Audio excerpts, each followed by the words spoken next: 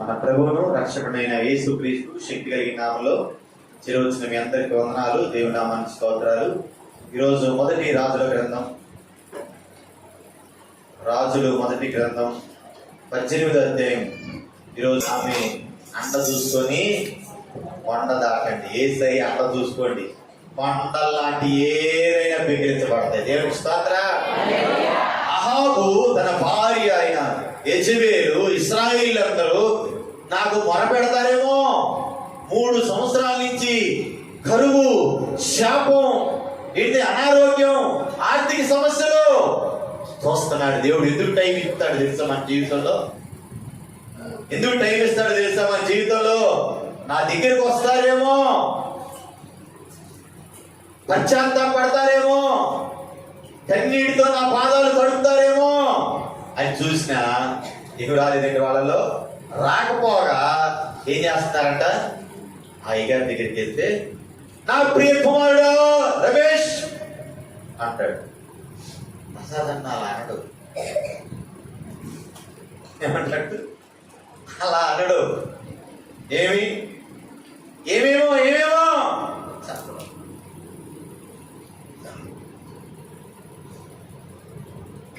దైవ సేవకుని పంపిస్తున్నాడు. ఇశ్రాయేలీయులను దారి తప్పించిన వీళ్ళు కనీసం పశ్చాత్తాపడతారేమో, నన్ను వెతుకుతారేమో అని దేవుడు ఎదురు చూసి రోషం కలిగిన ప్రవక్త, పౌరుషం కలిగిన ప్రవక్తను పంపించాడు. ఈయనకు తెలుసు అహాబు దగ్గరికి వెళ్తే దేనికి ఎదురుగా వెళ్ళినట్టని, చావుకి ఎదురుగా వెళ్ళినట్టే. ఎందుకంటే అంత తిక్కలోడు. యెజబెలు మామూలు తల్లి కాదు ఆమె. ఎవరంటండి? యెజబెలు మామూలు ఆవిడ కాదు. అయినా ఏలియా గారి మిషన్ ఏంటంటే, దారి తప్పిపోయిన, దేవునికి దూరమైపోయిన ఇశ్రాయేలు రాజైన అహాబును, యెజబెలును దేవుని దగ్గరికి మరలా తీసుకొచ్చి దేవునితో సంధి చేయించడం. సేవకుడి పని అదేనండి. ఏంటిదంట? ఆరాధనలకు యోగ్యుడు, పూజ్యుడైన యేసు వైపు సంఘం చూడాలి. ప్రసంగికుడి వైపు కాదు, దైవజనుడి వైపు కాదు. ఎవరి వైపు చూడాలి? ప్రాణం పెట్టిన దేవుని వైపు, యేసయ్య వైపు నడిపించడం నిజమైన దైవ సేవకుని యొక్క పని, మిషన్. ఏలియా ఆ పని కోసమే వచ్చాడు. వర్షం పడుతుందని చెప్పడానికి వెళ్ళటం అంటే చావుకి ఎదురొట్టి వెళ్ళిపోవటమే. ఈ సేవ అంటేనే ఏంటంట? దీంతో సమానం. చావు అని అనుకుంటేనే ఈ సేవలో ముందుకి కొనసాగలుగుతా. ఒక అవకాశం ఇచ్చాడు. ఏంటంట? ఏరియా కూడా మారు మాట్లాడకుండా, ఎస్ సార్ మీరు చెప్పినట్లుగా నేను చేస్తాను అని ముందుకు వచ్చాడు, చెప్పాడు. కానీ అహాబు, ఓబద్యా ఏం చేస్తారంటే అప్పటికైనా కనీసం ఏంటంట? దైవ సేవకుడు ఉన్నటువంటి తహతహ, దైవ సేవకుడు ఉన్నటువంటి పౌరుషం, దైవ సేవకుడి విశ్వాసం ఉడికి పుచ్చుకోవాలి. అవునయ్యా, 3 ఏళ్ల తర్వాత వర్షం పడుతుంది అంటున్నారా? అయితే ఏం చేస్తాము? ఆ యెహోవా దేవునికి మేము ప్రార్థన చేస్తాము, బలిపీఠం కట్టి బలి అర్పిస్తాము అన్నారా? అనలా. ఏం చేస్తున్నారు?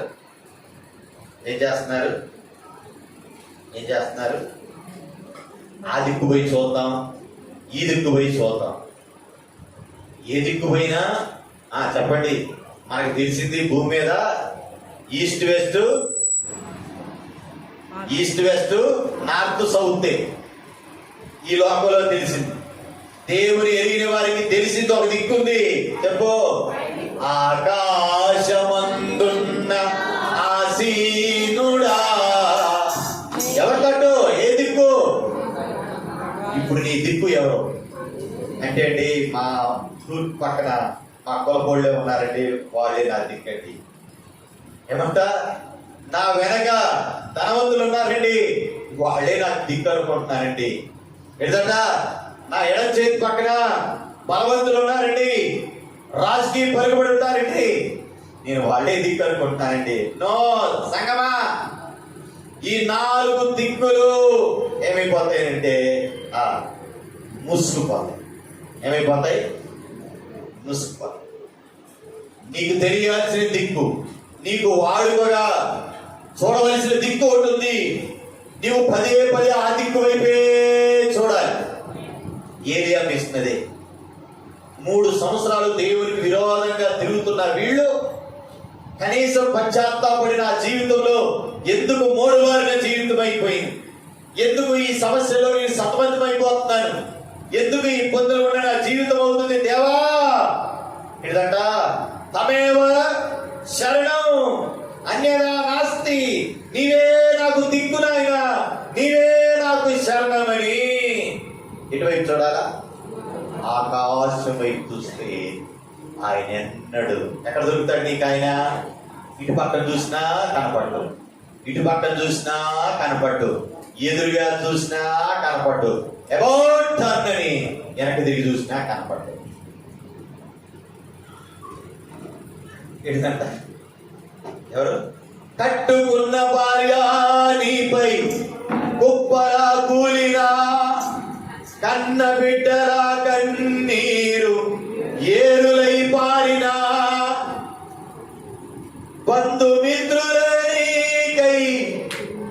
అలమటించినా, ఏం చేసినా అయ్యో అయ్యో. దేవుడు అంటున్నాడు ఈరోజు, దేవుని సేవకుడు వచ్చి చెప్పిన తర్వాత కూడా ఏంటంట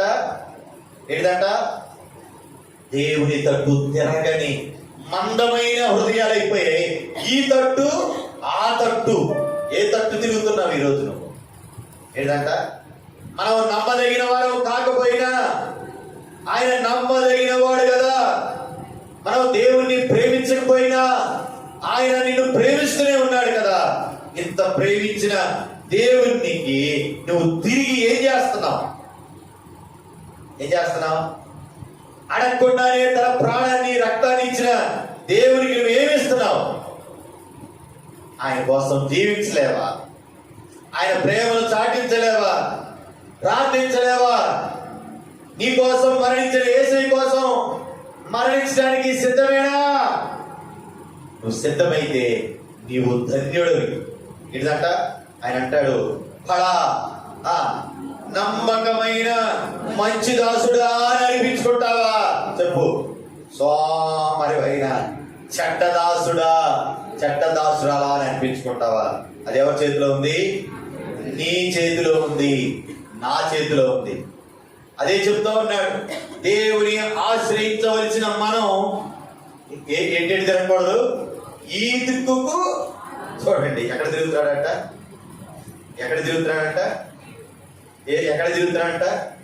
వారు దేశమంతటా సంచరింపవలనని చెరొక దిక్కు చెరొక పాలు తీసుకొని అహాబు ఒకవైపు ఓబద్యా ఇంకొక వైపుకు వెళ్ళింది. అయినా దేవుడు అవకాశం ఇస్తున్నాడు. హలో, నువ్వు దేవునికి దూరంగా తిరుగుతున్నాను అనుకుంటావు, దేవుడు నిన్ను చూడట్లేదు.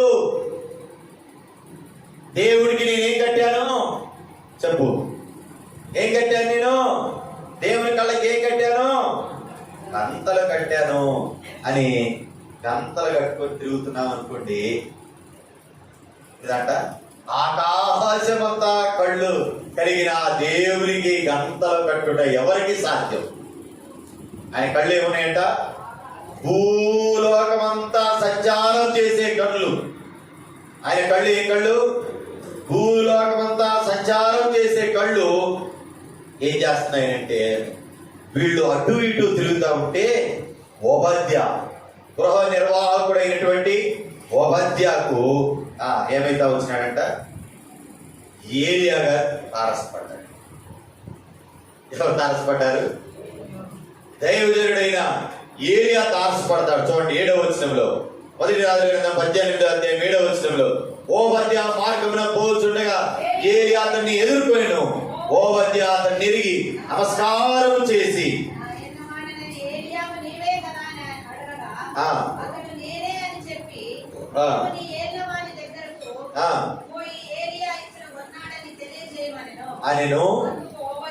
ఆ.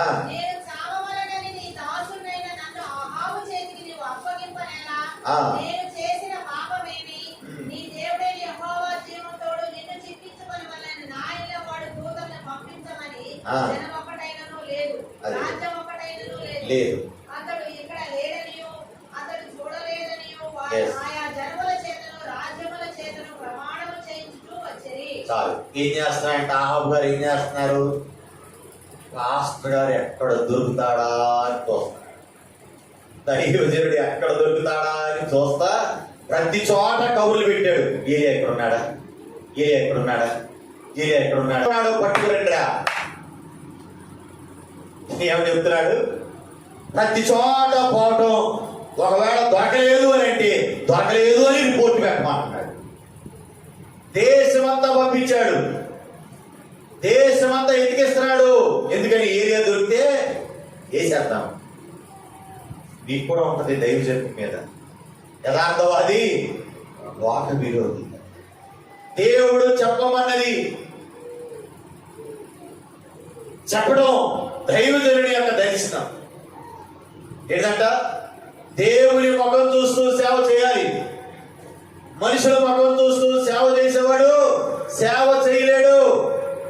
ఏలియా రోషం కలిగిన వాడు, పౌరుషం కలిగిన వాడు ఏం చేస్తా వచ్చాడనంటే ఓబద్యాకు కనబడి, నీ రాజుకు చెప్పవయ్యా నేను ఎక్కడున్నాను అని అంటే ఓబద్యా గడగడ గడగడ గడగడ ఊరుకుతున్నాడు.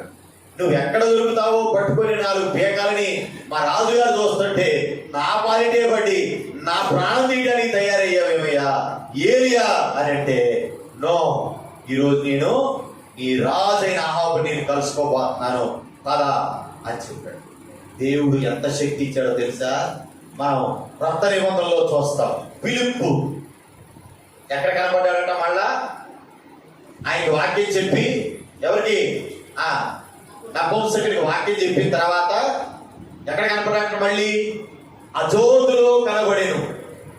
అంటే ఆత్మచేత కొనబడబడినట్లుగా మనం బైబిల్ గ్రంథం క్రొత్త నిబంధనలో చూస్తూ వచ్చాం. ఇక్కడ కూడా అదే పరిస్థితి. ఏలియా గారు కూడా దేవుని అభిషేకం చేత నింపబడిన వాడై ఏమైతే వచ్చినాడనంటే ఎక్కడికి వెళ్ళాడు? ఎక్కడికి వచ్చాడు చూడండి. ఎక్కడికి వచ్చాడు? ఎక్కడికి వచ్చాడు చూడండి ఒకసారి.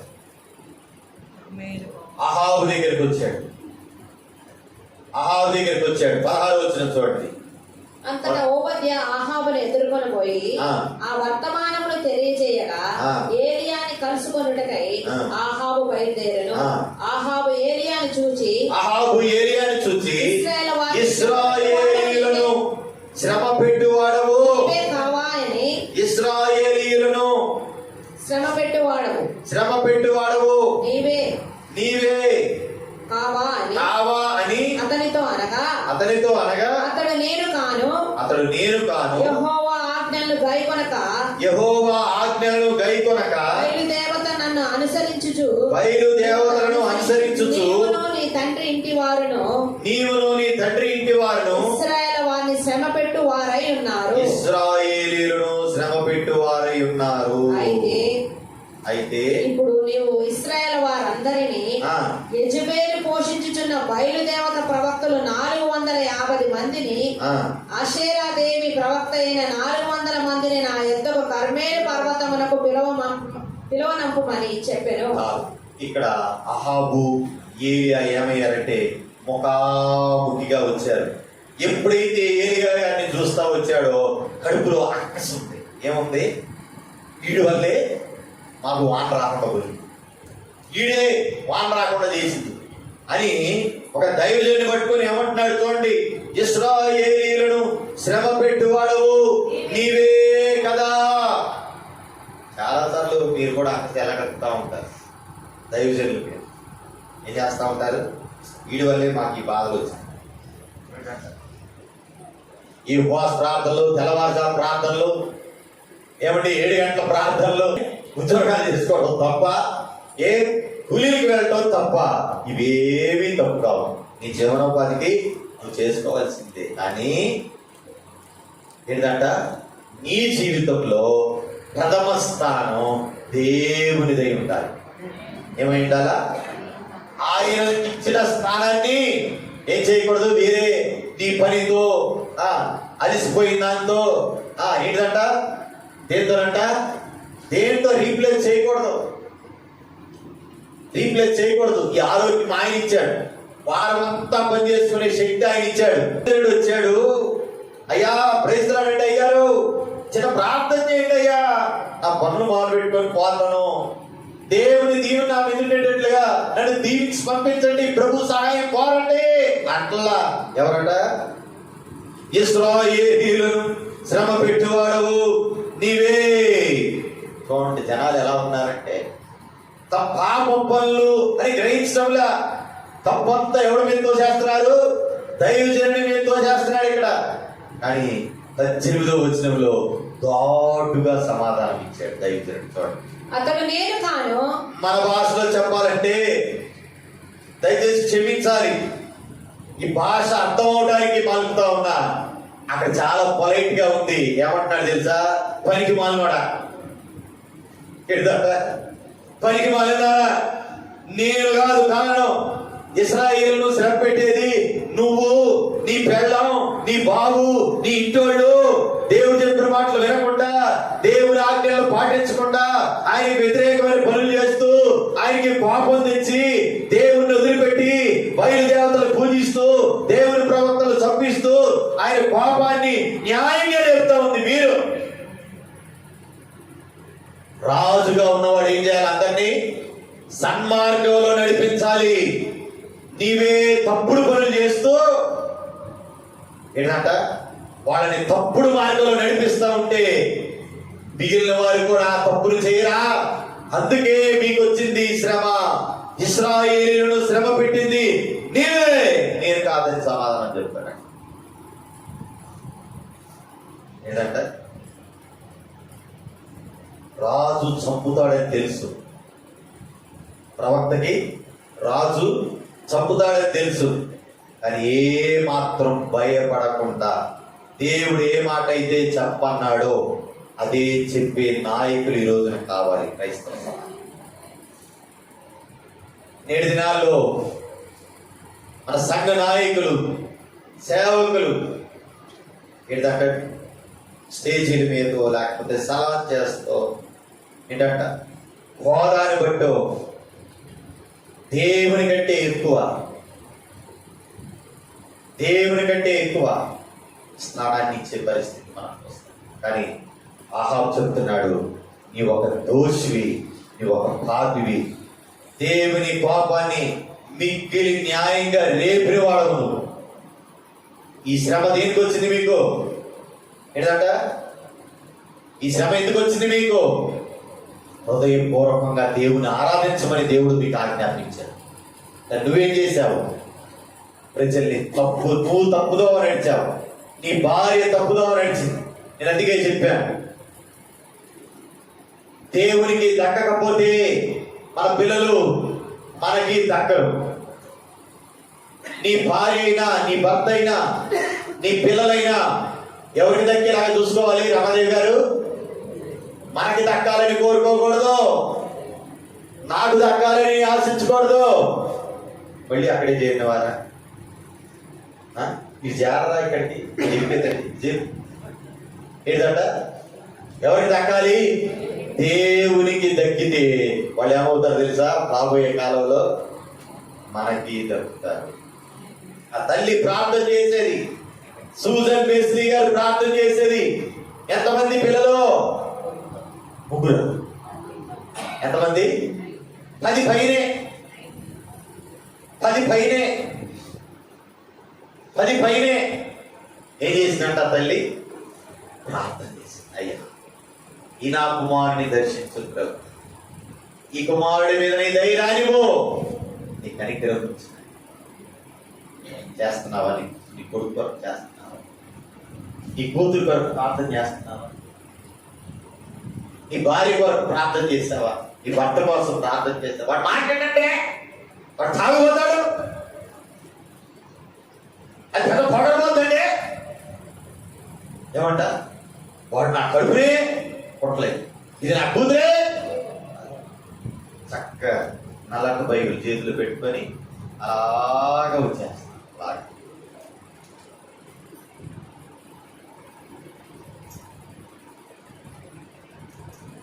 ఏమి అయ్యా నీ చేయు నా కోసం ఏడవద్దు, మీకోసం మీ పిల్లల కోసం ఏడవండి అని ప్రభు చెప్తా ఉంటే ఎవరేమైపోయినా పర్లేదు కానీ నేను మాత్రం బాగుంటే చాలు. నా కొడుకు ఏమైపోయినా పర్లేదు, నా కూతురు ఏమైపోయినా పర్లేదు, నా భార్య ఏమైపోయినా పర్లేదు, నా భర్త ఏమైపోయినా పర్వాలేదు, నా కడుపుకి అంత ఏంటంట పొద్దున మధ్యాహ్నం సాయంత్రం చెప్పండి ఏంటంట కడుపు నిండా గోరకి దొరికితే చాలయ్య. నో, ప్రార్థన చేయాలి. ఏం చేయాలి? ప్రార్థన చేయాలి. ప్రార్థన చేయాలి. కుటుంబం కోసం మొరపెట్టుకుంటూ రావాలి. అహాబు తను నడిచి తన భార్య బిడ్డల్ని దేశ ప్రజల్ని దేవుని కొరకు సిద్ధపరచవలసిన వాడు అక్రమమైన జీవితాలకు వాటిని నడిపిస్తాడు. ఒక ప్రవక్త, ఒక సేవకుని పని ఏంటంటే తప్పు చేస్తున్నప్పుడు వెంటనే ఖండించాలి. ఏం చేయాలి? తప్పు చేసిన వాడు ఎవరైనా సరే దేవుని దృష్టికి పాపి పాపే, దొంగ దొంగే, చిన్న దొంగ పెద్ద దొంగ అనేది లేదు. ఉదాహరణకి దావీదు గారు పాపం చేసినప్పుడు నాతాను గారు ఏం చెప్తా వచ్చాడు? ఈ విధంగా జరిగింది, ఆ విధంగా జరిగింది, ఒక కథ చెప్పి దావీదుకి కోపం రేగింది. రేగాక ఏం చెప్తా వచ్చాడంటే ఆ ప్రవక్త దావీదు గారితో, ఆ దోషివి ఆ పాపివి నీవే. ఏంటంట? ప్రవక్త రాజుకి భయపడలా. ఏం చేయలేదు? ప్రవక్త రాజుకి భయపడలా. ఆయన దగ్గరికి వెళ్ళి, సార్ బహుశా మీకు చేస్తుంది ఏంటంట తప్పు అనిపిస్తుందండి, నాకు మీకు చెప్పే అంత పెద్దోడిని కాదులే కానీ ఏంటంట ఇలా చెప్పినందుకు మీరేం ఫీల్ కాకండి కానీ అలా ఏమన్నాడు? కొంత బట్టలు పెట్టినట్టుగా ఆ మనుష్యుడవు నీవే. ఇదే దేవుడు ఒక ప్రవక్త నుండి, ఒక సేవకుడి నుండి ఆశిస్తుంది. దేవుని నోరు ఎవరు అనంటే ప్రవక్త, దేవుని నోరు ఎవరనంటే సేవకుడు. అలాంటి సేవకుడు నోరు మూసుకుంటే ఎలా? కాబట్టి దైవజనుడు ఏం చేస్తున్నాడు? ఉన్నది ఉన్నట్టుగా బోధిస్తున్నాడు. మీ సేవకుడైనా మీ హృదయానికి కఠినంగా అనిపించిన మీ మొఖాల వైపు చూసే సేవకుడు కాదు ఈ సేవకుడు. ఉన్నది ఉన్నట్టుగా బోధిస్తున్నప్పుడు, దేవుడు చెప్పండి ధైర్యంగా చెప్తున్నప్పుడు ఏం జరుగుతాయనే పర్యవసానాలు మేము ఆలోచించాం. ఎందుకంటే ఈ పని ఆయనది, పిలిచిన వాడు ఆయన. మీరు పిలిస్తే సేవకు రాలేదు, మీరు పోషిస్తారని సేవకు రాలేదు. పిలిచిన వాడు నమ్మదగిన వాడు. దీని పర్యవసానాలు ఏమవుతాయో ఆయనే చూసుకుంటాడు. చెప్పమన్నది చెప్పడం అంతే. తర్వాత వచ్చిన చదవండమ్మా. అయితే ఇప్పుడు నీవు ఇశ్రాయేలు వారి అందరినీ యెజెబెలు పోషించున్న బయలుదేవత ప్రవక్తలు 450 మందిని, అషేరాదేవి ప్రవక్తలైన 400 మందిని నా యొద్దకు కర్మేలు పర్వతమునకు పిలువింపుమని చెప్పారు. అయినప్పటికీ కూడా ఏమవట్లా?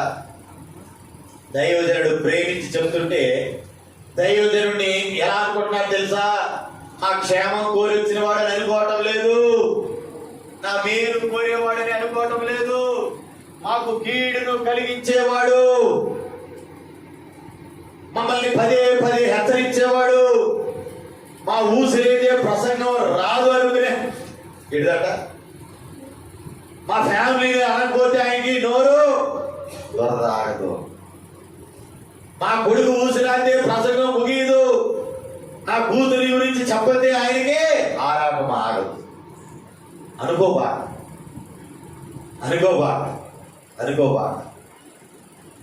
దేవుని నోరైన సేవకుడు, నీతిమంతుని గద్దింపు నాకు తైలాభిషేకం.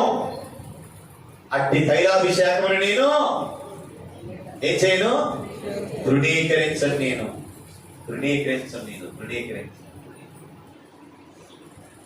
దైవజనుడు వచ్చి చెప్తే శత్రువుగా భావిస్తుంటే దైవజనుడు ఒక మాట చెప్తున్నాడు.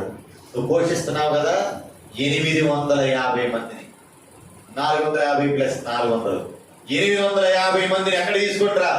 కర్మేల్ పర్వతానికి తీసుకుంటారా, అక్కడ చూద్దాం ఏం జరుగుతుందో అని అంటే మొత్తం అందరూ కర్మేల్ పర్వతం మీదకి వచ్చేసారు. అందరిని అహాబు ఇశ్రాయేలు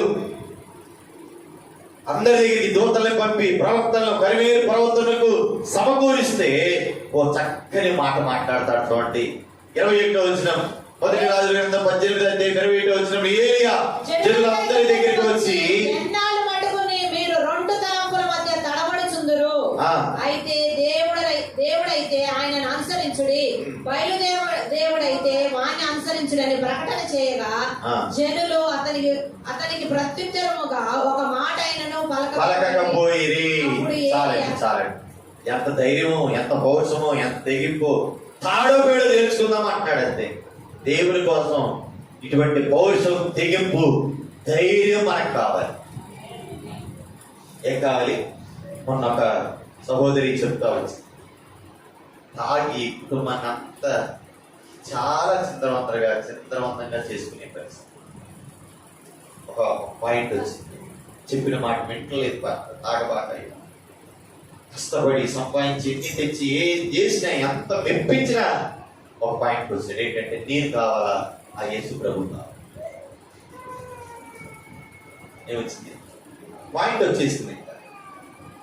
చెప్పండి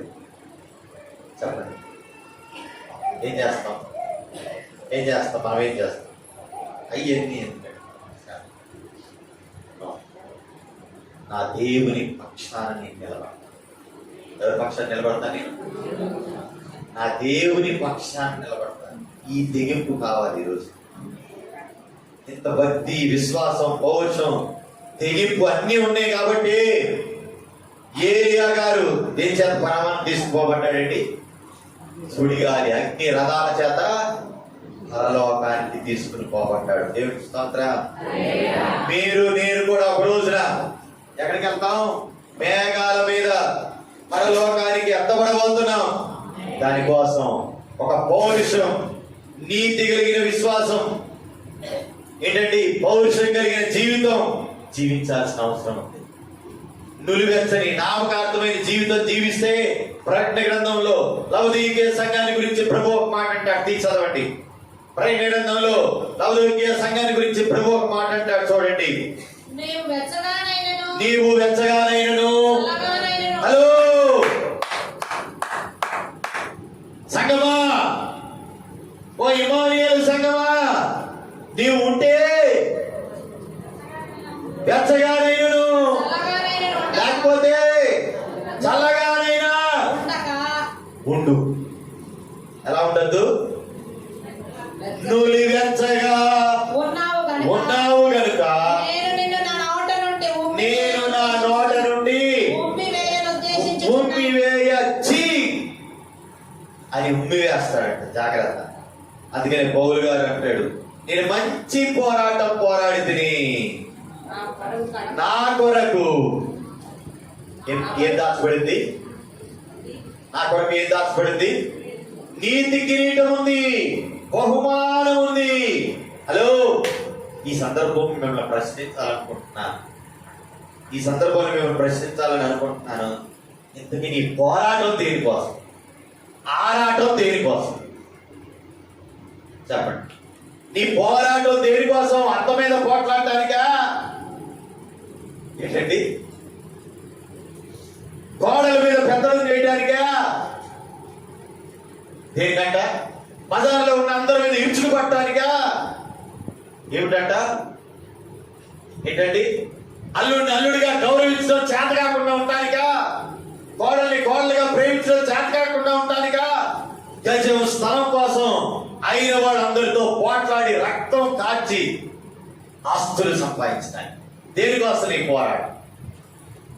హలో, దేనికోసం నీ పోరాటం? చెప్పు. ఇస్తే మై చెప్తారు, అన్నయ్య అదన్నయ్య ఇదన్నయ్య ఈ చెత్త అన్నయ్య, ఆ చెత్త అన్నయ్య, అది అన్నయ్య, ఇది అన్నయ్య, అబ్బా ఎన్ని చెప్తారో. నీవు కూడా పరమునకు ఎత్తబడాలి అంటే నీతి కొరకు ఏలెవరి పౌరుషం కలిగిన ప్రవర్తనతో ఉంటేనే మనం ఎత్తబడతాం. ఇక్కడ ఆయన చెప్తాడు చూడండి, ఏమంటాడు? మీరు ఎన్నాళ్ళు రెండు తలంపులతో,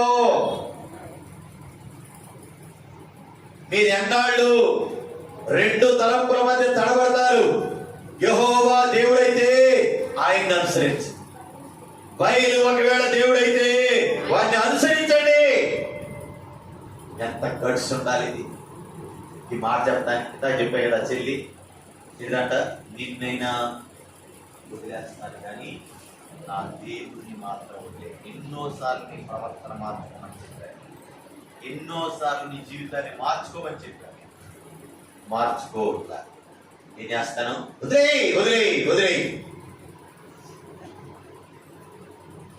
ఇక్కడ ఆయన అంటున్నాడు, ఎన్ని సంవత్సరాలు రెండు తలంపులతోనూ ఉంటారు. ఏంటంట? దేవుడు అని నీకు తెలిస్తే ఏం చెయ్యి? అనుసరించు. ఇక్కడ ఎంతమంది ఉన్నారంట? 850 మంది ఓ ప్రక్కన. అప్పుడు ఏలియా, యెహోవా ప్రవక్తలైన వారిలో నేను ఒక్కడినే శేషించున్నాను, అయితే బయలు ప్రవక్తలు 450 మంది ఉన్నారు. 24 వచనంలో అంటాడు, తరువాత మీరు మీ దేవత పేరును బట్టి మీరు ప్రార్థన చేయండి, నేనైతే యెహోవా నామమును బట్టి ప్రార్థన చేస్తాను.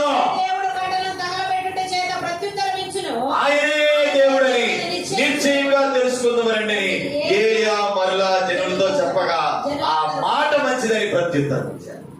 రోషం కలిగిన జీవితం కావాలి. ఏంటంట? కదండి, ఏ చోటకి వెళ్ళిపోతే ఆ రకంగా రంగులు మార్చే ఓసర వెళ్ళు లాంటి జీవితం మనది కాకూడదు. లోకం కోసం, హోదా కోసం, పరపతి కోసం, ఈ లోకంలో మనకి కలిగే ఘనతల కోసం ఏంటంట? ఎక్కడికి వెళ్తే అక్కడ రంగులు మార్చే ఓసర వెళ్ళిలాగా మారకూడదు. దేవుని బిడ్డలం ఎలాగ ఉండాలి? మనం ఎలా ఉండాలి? యెహోవా దేవుడైతే ఆయన్ని అనుసరించుడి, బయలు దేవుడైతే వాడిని అనుసరించుడి అని చెప్తే వాళ్ళు మంచిది, నువ్వు మంచి మాట చెప్పావు, రైట్. ఇక్కడ బలి అనిపిద్దాం. ఏం చేద్దాం? 2 ఎడ్లను ఇయ్యండి, వాటిలో ఒకదాన్ని కోరుకుని దాన్ని తొనకలుగా చేయండి, కింద అగ్ని ఏం వేయకుండానే కట్టెల మీద ఉంచాలా. దాన్ని ఏం చేయాలా? మీ దేవతను బట్టి మీరు ప్రార్థన చేయండి. ప్రొద్దు నుంచి మొదలు పెట్టారు. ఏంటంట? ప్రొద్దు నుంచి మొదలు పెట్టారు మధ్యాహ్నం వరకు వాడు ఏం చేస్తా ఉన్నారంటే 26 వచనంలో మనం చూస్తాం, మా ప్రార్థన వినుమని బయలు పేరు పెట్టి ప్రార్థన చేసి మాటైనా ప్రత్యుత్తరమిచ్చేవాడు వారు తాము చేసిన బలిపీఠం గంతులు వేయ వాడెవడూ లేకపోగా వారు తాము చేసిన బలిపీఠం వద్ద గంతులు వేయ మొదలు పెట్టారు. రా రా రా రా పిలుస్తూనే ఉన్నారు. ఉదయం నుంచి పిలుస్తూనే ఉన్నారు. మధ్యాహ్నం అయింది, సాయంత్రం అయిపోయింది, ఏ విధమైన ప్రత్యుత్తరం లేదు. ఈరోజు నీ జీవితంలో సజీవుడైన దేవుడు నీ పక్షాన ఉండి వ్యాజ్యమాటానికి సిద్ధపడతా ఉన్నప్పుడు ఆయన ప్రాణ త్యాగాన్ని నిర్లక్ష్యం చేయవాలి. డబ్బుల కోసమో ఇంకా దేని కోసమో రాజీ పడిపోయి దేవుణ్ణి ఏం చేయొద్దు, పెట్టేవా. అమ్మో మేము దేవుని పెట్టమని తెలిస్తే మమ్మల్ని ఏమంటారు, తక్కువ జాతీయులు అనుకుంటారేమో. గుడికి యేసు ప్రభు గుడికి పోతే నేను తక్కువ జాతీయులు అనుకుంటారేమో. ఏమంటారు? ముందే చెప్పేస్తావు, నేను ఆ కులం, నేను ఈ కులం, అది ఆ జాతి, అది ఈ జాతి. ఏ జాతి ఏది ఉంది? అన్నింటిలో పాపం ఉందిగా. అన్ని జాతుల్లో ఏమిటి కామన్గా? పాపము ఏలుబడి చేస్తా ఉంది కదా. ఏలియా రోషంగా నిలబడి నిజ దేవుడి గురించి ప్రకటన చేస్తున్నట్టుగా నీవున్న స్థలాల్లో దేవుని మీద ఏం చెయ్యి, దేవుడిని అండ చూసుకో, కొండ దాటంతే. 2 తలంపుల మధ్య నీ జీవితాన్ని మీరు కట్టద్దు. ఏమో ఒక రాయి చూద్దాం, ఇది దాని వల్లే కలిగిందా, దీని వల్లే కలిగిందా, ఇది ఎవరి వల్ల కలిగింది, ఏంటంట ఏమి అపోహలు, అవిశ్వాసపు మార్గాలను విడిచిపెట్టండి. ఏం చేద్దాం, ఉడుపు పట్టుకోవాలి. ప్రభు నీకోసం ప్రాణాన్ని చిందించినవాడు, నీకోసం రక్తాన్ని చిందించినవాడు. ఈరోజు ఆయన ఏం చేస్తున్నాడనంటే నీకోసం విజ్ఞాపన చేస్తున్నాడండి. తండ్రి కుడి పార్శ్వాన కూర్చొని ఆయన నిద్రపోట్లా. ఏనాశ్రావు ఎవరు నిద్రపడి నిలబడాలి. ఏం చేయాలా, 2 తలంపులు నీ జీవితాన్ని ఏకాత్మ, ఏకభావము, ఏకమనసులో తీసుకోవడం. ఈ రోజైనా ఏంటంట, ఎవరి వైపు, యేసు వైపు చూస్తూ రోషం కలిగిన సేవకుడిగా చెప్తున్నాడు, బలిపీఠాన్ని బాగు చేయండి. ఇప్పుడు కంతకం తోవండి, నీళ్లు నింపండి. ఒకసారి కాదు, 2 సార్లు కాదు, 3 సార్లు నీళ్లు నింపండి. కంతకం అంతా నిండిపోయి నీళ్లమయమైపోయింది. వాడు ఎగిరి గంతులు పెట్టి ఏం చెప్పారుగా, మా వల్ల కాదు, ఎవరి వల్ల కాదు, నా వల్ల కాదు. ఏంటనే బలిపీఠాన్ని బాగు చేశాడు. ఈ రోజున నీ జీవితంలో పడిపోయిన ప్రాకారం, పడిపోయిన బలిపీఠాలను బాగు చేయి. ఉపవాసంతో నీ జీవితాన్ని కట్టు. ఎక్కడెక్కడ నీ బలిపీఠాలు పోగొట్టుకున్నావు, వడ్డీ వ్యాపారం దగ్గర నీ బలిపీఠం పడిపోయిందేమో, ఉద్యోగాల దగ్గర నీ బలిపీఠాలు పడిపోయాయేమో, మాట ప్రవర్తనలో నీ బలిపీఠాన్ని కూల్ చేసుకున్నావేమో, ఇంకెక్కడో ఏమంట నీ బలిపీఠాలు కూల్ చేసుకున్నావేమో.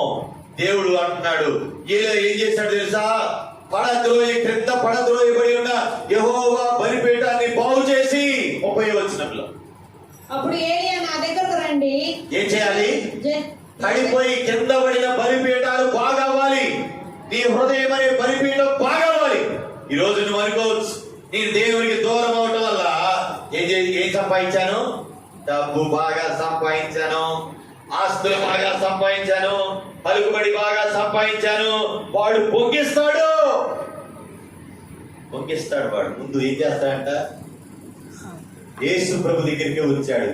ఈ లోకంలో ఉన్న సకల ఐశ్వర్యం అంతా ఎవరిది, నాది. నువ్వు నాకు మొక్కితే వాడు బాగంతా అదే మన విషయంలో. నాకు మొక్కితే అయిపోద్ది కదా. నాకు కూడా అదే చెప్పాడు గాడు. ఏమంట, మచిలీపట్నం అదే చెప్పాడు, నాకు మొక్కరా, నిన్ను ఉన్నతమైన స్థాయికి నేను అనుకుంటాను. అదే కనుక మొక్కి కనుక ప్రభు పక్కన పడేసి ఉంటే చేస్తాడు. మంచి పొలిటికల్ లీడర్ అయ్యేవాడేమో, ఏంటంట ఇంకా పై స్థాయికి తీసుకెళ్ళిపోయేవాడేమో, ఇంకెక్కడికెక్కడికో వెళ్ళిపోయేవాడేమో. నో, ఏంటంట, నా కోసం నా ప్రభు ఏం చిందించాడు, రక్తం చిందించాడు. నువ్వేమైనా నా కోసం రక్తం చిందించావా అంటే, రక్తం ఏసు రక్తం అనొద్దు. నువ్వు ఏసు రక్తం అనొద్దు. ఏసు రక్తంలో అంత విలువ ఉంది.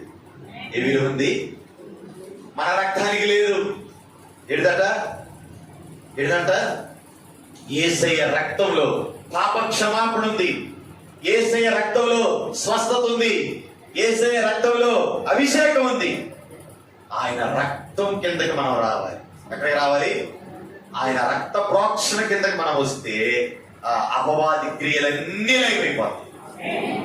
పడిపోయిన బలిపీఠాన్ని బాగు చేసి దాని మీద ఏ ప్రోక్షణ జరగాలి అంటే, యేసు క్రీస్తు వారి రక్త ప్రోక్షణ జరగాలి నీ హృదయం. చాలా మంది అదే అంటారు, యేసు ప్రభు నమ్ముకున్నాక మా పెద్దది కలిసి రాలేదు. ఎవరు చెప్పారు నీకు కలిసి వస్తుందని? వాడు చూడు, యేసు ప్రభుని వదిలిపెట్టాక ఏమైందంట, బాగా వాడు బాగుపడ్డారు, వీడు బాగుపడ్డారు. పడతానండి. దేవుడు అదే చెప్పాడు కదా, నాకు మొక్కు నేనేం చేస్తాను, పాలు పొంగినట్టు పొంగిద్ది నీ ఇల్లు అన్నాడు. పొంగిది. కరోనాలో ఒక్కడన్నా పట్టుకుపోగలిగాడు పొంగిందంతా. ఆ దగ్గరకు వస్తే దిక్కే లేదు. ఏంటండి, భార్య రాదాయా, భర్త ఉన్నాడు రాడయ్యా, బంధువులు రాడయ్యా, ఎవడు రాడయ్యా, కుక్కలు బారేసినట్టు బారేశారు మొత్తం మంది. దేనికోసం గడిగెచ్చాం, దానికోసమే. ఏమైంది అది ఇప్పుడు, ఊరవతల బారేసింది. కనీసం ఆఖరి చూపు కూడా చూసే దిక్కు లేకుండా చేసింది. యేసు రక్తం అనద్దు, యేసయ్య రక్తమే నాకు కావాలి అంటే ఒక తీర్మానం చేస్తుంది. అంతే. ఉంటుంటే అవి వస్తాయి, నో ప్రాబ్లం. శరీరాన్ని ఆయన ఏం చెప్పాడు, మీ ఆత్మను ఎక్కడేంటండి, నరకములో పడి ద్రోయగలైన శక్తి కలిగిన వాడికి మనం భయపడాలి అంతే. ఈ శరీరం ఏముంది, రోగాలు వస్తాయి పోతాయి, నరకానికి వస్తాయి పోతాయి, నడువులెప్పి వస్తాయి పోతాయి. ఏంటంట, నరకములో పడద్రోయ గల శక్తి కలిగిన వాడు యేసయ్య దగ్గరికి మనం రావాలి. ఆయన ప్రేమ నిన్ను వెంటాడుతా ఉంది. దేవరాజు అని ఎక్కడ దాకా వెంటాడిందంటే టైర్ ఎక్కి కిందకి దిగేదాకా. ఆ రోజే అల్లా ఏముంచాడు, ఈ నాగరాజు మరలా దేవరాజు గారికి వాడుకోపోతున్నాడు. దేవుడు స్తోత్రం. హల్లెలూయా. ఊరంతా అనుకుంది ఈడు సచ్చినోడు అవతలోడే తప్ప యువతలోడు కాదు. అవతలోడే తప్ప యువతలకు రానోడే అనుకుంటాను. హలో యేసయ్య, పడిపోయిన నా హృదయమని బలిపెట్టు. ఉద్యోగాల మీద, డబ్బు మీద, ఆస్తిపాస్తుల మీద, అంతస్తుల మీద, ఐశ్వర్యం మీద, బంగారు మీద నేను కట్టానయ్యా. నా పరిశుద్ధతను పోగొట్టుకున్నాను, నా పవిత్రతని పోగొట్టుకున్నాను, మంచి మాట తీయడం పోగొట్టుకున్నాను, మాయ మాటలు నేర్చుకున్నాను, జనాల్ని ఏం చేయడం నేర్చుకున్నాను అంటే ముంచడం నేర్చుకున్నాను, మాయతో సంపాదించడం నేర్చుకున్నానయ్యా. శక్తిహీనుడాన్ని అయిపోయాను, బలాన్ని పోగొట్టుకున్న వాడిని అయిపోయానయ్యా. నా బలిపీఠాన్ని బాగు చేయి. అడుగు ఈరోజు ప్రభుని, ఏం చెయ్యు, పడిపోయిన నా బలిపీఠాన్ని బాగు చేసుకుంటానయ్యా. నేను నా బలిపీఠాన్ని కట్టాడండి, ప్రార్థన చేశాడండి. ఎంత పెట్టుకోండి మీరు, నీళ్ళు ఎన్ని పోసుకుంటారు, ఎన్ని ట్యాంకర్లు తెప్పించుకుంటారు, ఎన్ని లీటర్ల నీళ్లు నింపుతారంటే పడే సాయంకాలం నైవేద్యం అర్పించే అస్తమయ నైవేద్యం అర్పించు సమయమున ప్రవక్త ఏలియా వచ్చి ఇలాగ ప్రార్థన చేశాను, యెహోవా అబ్రహాము 35 రోజులకి అతడు ఇలాగు ప్రార్థన చేయుచుండగా ఈ జనులకు తెలియనట్లుగా నా ప్రార్థన అంగీకరించుము. అతడు ఇలాగు ప్రార్థన చేయుచుండగా యెహోవా అగ్ని దిగి దహన బలి పశువులను, కట్టెలను, రాళ్లను, బుగ్గిని దహించి కందకమందున్న నీళ్లను ఆరిపోజేసెను. కొట్టు చప్పట్లకి.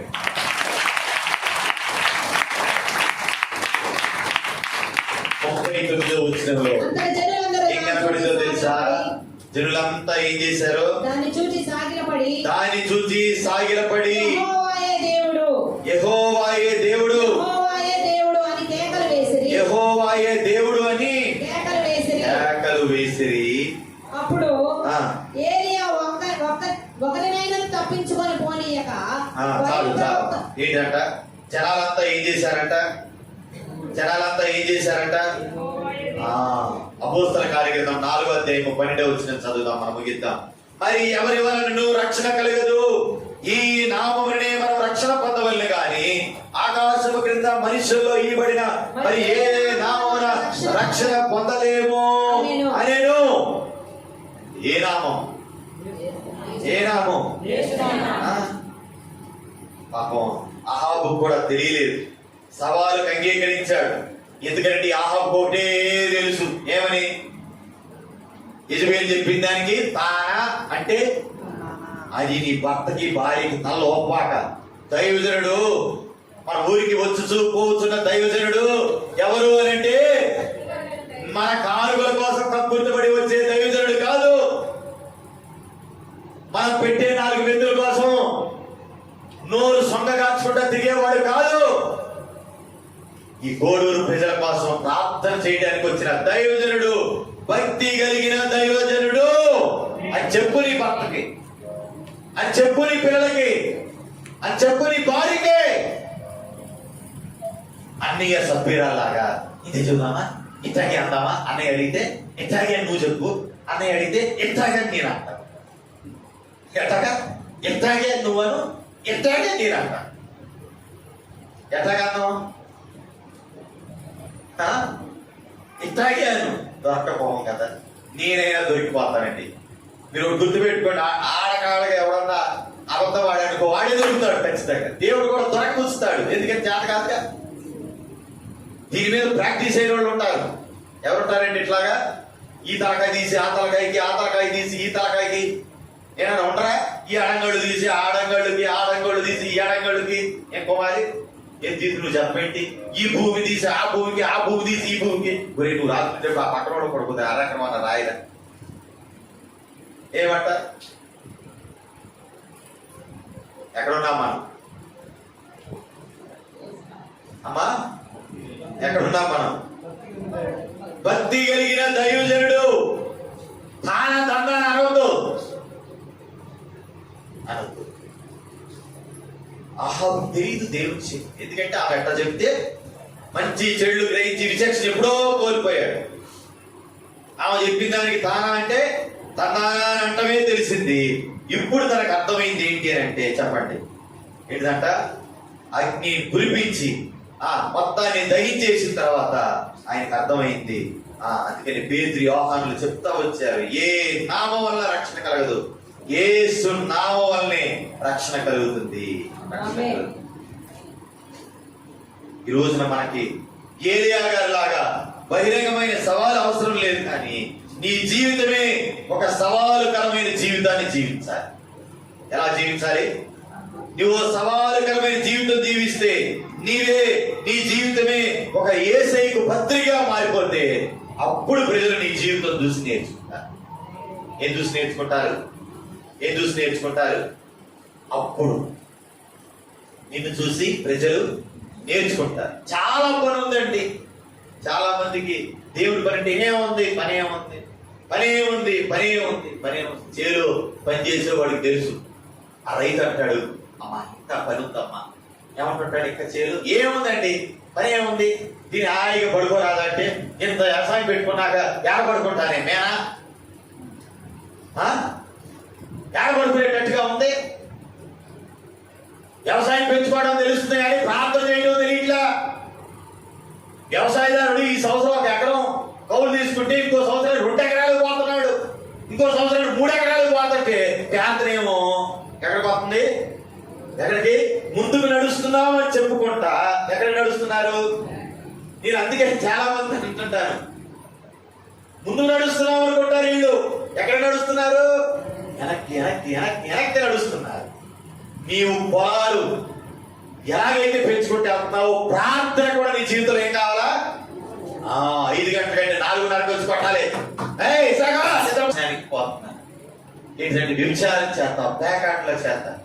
ఏంటండి కుటుంబాల్లో సమాధానం లేక అప్పుల పాలైపోయి, అనారోగ్యాల పాలైపోయి, శాపం ఎదురుబడి చేస్తా ఉంటే, నా గ్రామ ప్రజలు ఇబ్బందులు పాలైతా ఉంటే వీళ్ళ క్షేమం కోరుకోకుండా నేను ఎలాగా ఉండగలను?